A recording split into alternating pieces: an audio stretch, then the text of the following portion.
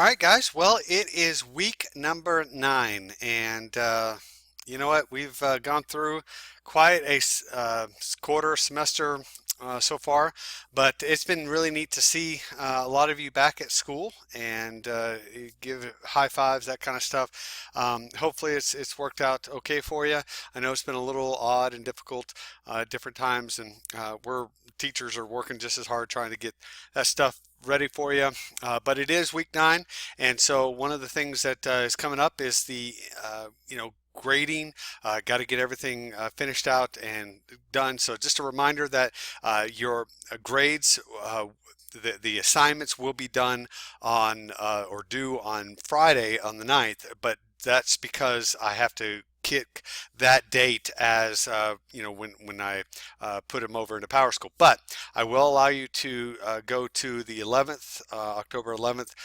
So just a few extra days so you could get all that stuff turned in. But I had to put it on the 9th as far as the drop dead date as far as their that kind of stuff, just so that it goes on this last quarter. So do your best, get this stuff done, and that kind of stuff. So let's talk for just a few minutes about your week. So you've got, we're going to start the Protestant Reformation. This is Unit 5, and so we'll be hitting the Protestant Reformation, really spending about 3 days on it. Next week we'll be hitting the Renaissance, but the first 3 days is dealing with the Reformation, and of course Martin Luther, not Martin Luther King, but Martin Luther is the key primary focus of the Protestant Reformation, but it of course expands out from there as well. So we're going to be talking in class on Luther and the Protestant Reformation, and you're going to be just doing a quick assignment. Now this assignment is kind of interesting. I'll talk more about it. This quiz, you're actually going to be deciding whether or not you would have supported the reformers, the people that really protested and did some of the stuff that they were doing during this time. All right, so Tuesday we're going to be talking about the Protestant religions that really came out of the Reformation. Remember, there's a lot of splits that take place, and so you've got Calvinism and Methodism and Anabaptist and all kinds of different stuff, the Presbyterian and all that stuff kind of spokes out from different ones here. So it's kind of interesting. But you also have the reaction by the Catholic Church, and they come about and they actually do a council, the Council of Trent, and this kind of an interesting council that we get actually the Gregorian calendar from. Kind of interesting how that all works and some of the things that happen.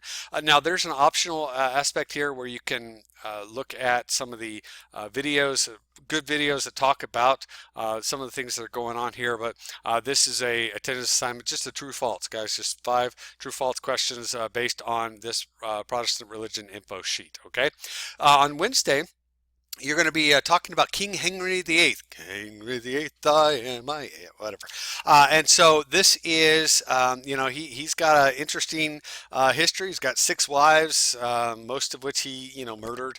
And of course, this is where it sets up the reign of Mary, Queen of Scots, or sometimes called Bloody Mary, and also Anne Boleyn. You have her involved in this. Then you've got basically the Queen Elizabeth I, who is the child of Anne Boleyn. So you've got a lot of different pieces of the puzzle here, and one of the biggest thing is because of the Protestant and Catholic conflict with the Pope, and marriage or dissolution or disavowing of marriage, or annulment, I guess would be a better term for that. And so you got a couple of things that you can do with here. Of course, we'll be in class for that one as well. So on Thursday, you're going to be taking your world history benchmark. Now, guys, this is more of a reflection on me and not on you. I don't want you to study for it. I don't want you to look up anything when you're taking it. That's not the point.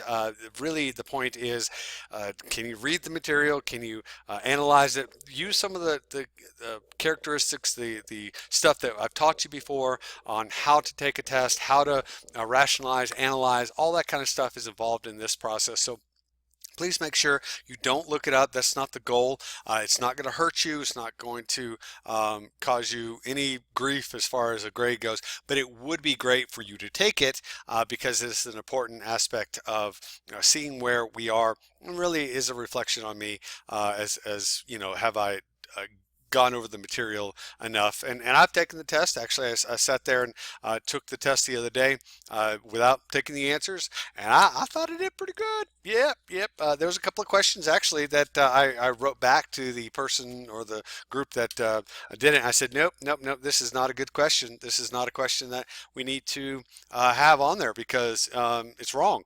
Yeah, yeah, and I explained why it was wrong, and they took it off. So yay for us, right? So the last thing is that we're going to be dealing with is really, you know, the Fridays. I don't have anything else except for the Week in History Challenge, and I really want you to work on getting stuff done. As far as Thursday, your Zoom time, 2:45, 3:50, you need to check in.